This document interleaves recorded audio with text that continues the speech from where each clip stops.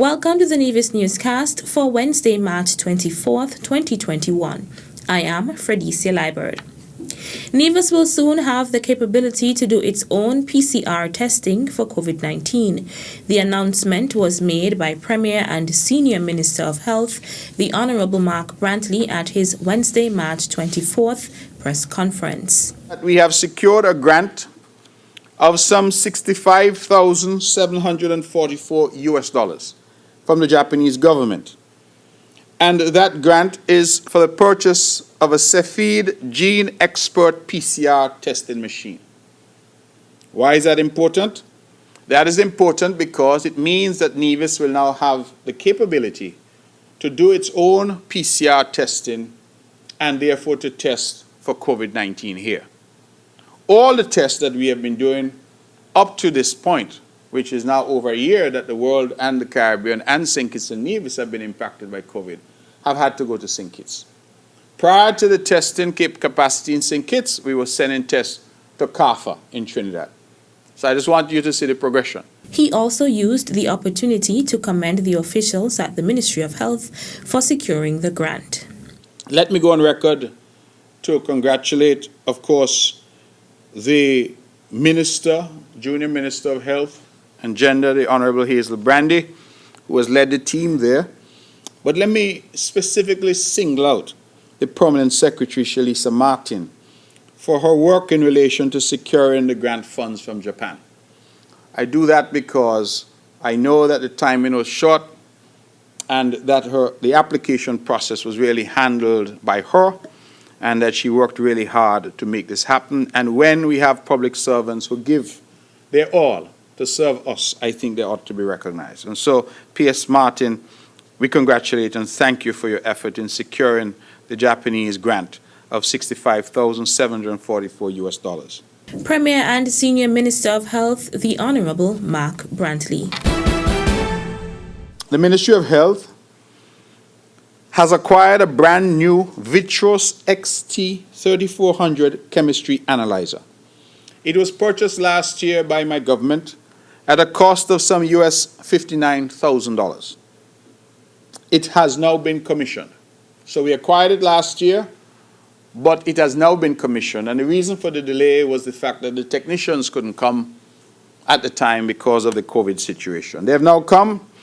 And if you're wondering, as I was wondering, what a chemistry analyzer does, it is used to test blood chemistries, which includes blood glucose, cholesterol, liver, and renal functions. The machine replaces an older model which malfunctioned.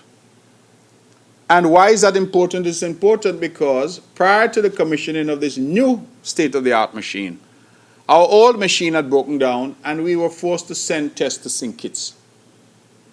And that, of course, always delays the ability of doctors to know what's wrong with you. So if you went to the hospital and you had an issue and they had to run these tests, glucose, cholesterol, liver, and renal function, they had to take whatever samples and send them over to St. Kitts. Well, I'm pleased to say today that that is no more.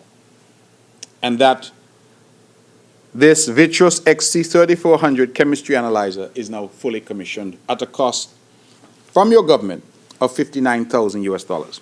Premier of Nevis and Senior Minister of Health, the Honorable Mark Brantley, speaking at his monthly press conference held Wednesday, March 24th at the Cabinet Room of the Social Security Building at Pennis.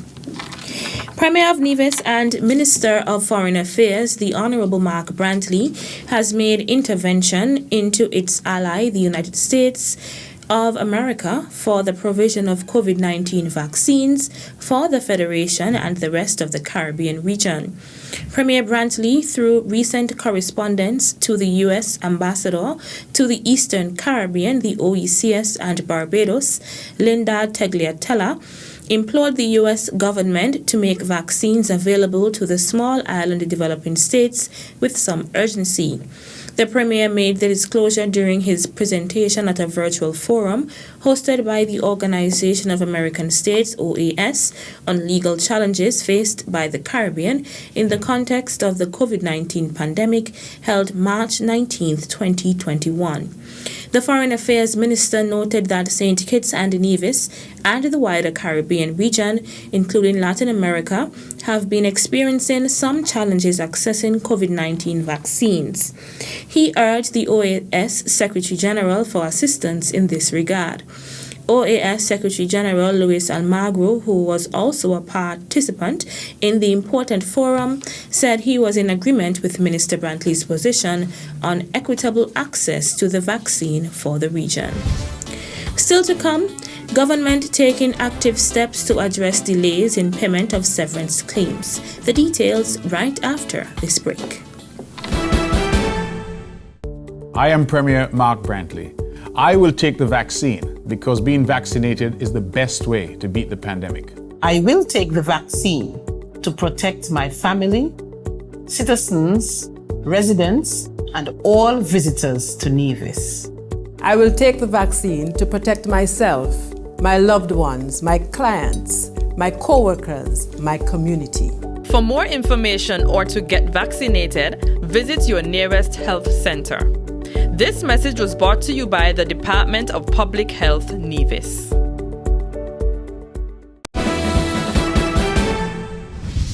Welcome back. With an unprecedented number of claims being made against the Severance Payment Fund in the last year alone, the government of St. Kitts and Nevis is taking active steps to make the processing of these claims more efficient. Prime Minister, the Honorable Dr. Timothy Harris, while speaking at his monthly press conference on March 23rd, said the concerns of many regarding delays in the processing of their severance claims have been discussed at length by his government at recent cabinet meetings.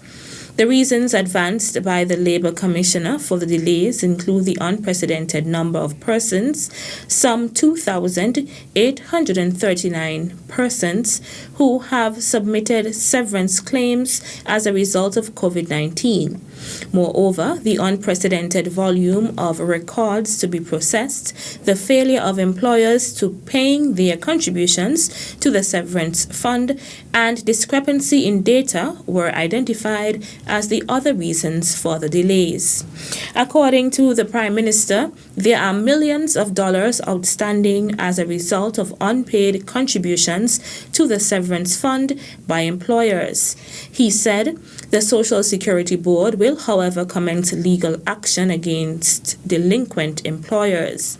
I want to encourage those delinquent employers to make payment plans with Social Security and save themselves the embarrassment and expense of a court trial. Dr. Harris added that his government will also provide an advance payment to persons whose claims have not yet been processed to allow them to meet their most urgent needs. The latest figures show that the federal government has paid out $23.8 million in severance payments to date.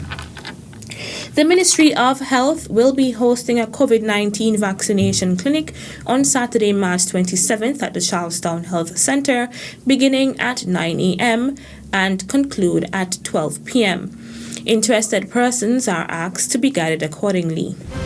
That's it for this edition of the Nevis Newscast. On behalf of all of us here at the Department of Information, I'm Freddie Silibird. Thank you for viewing.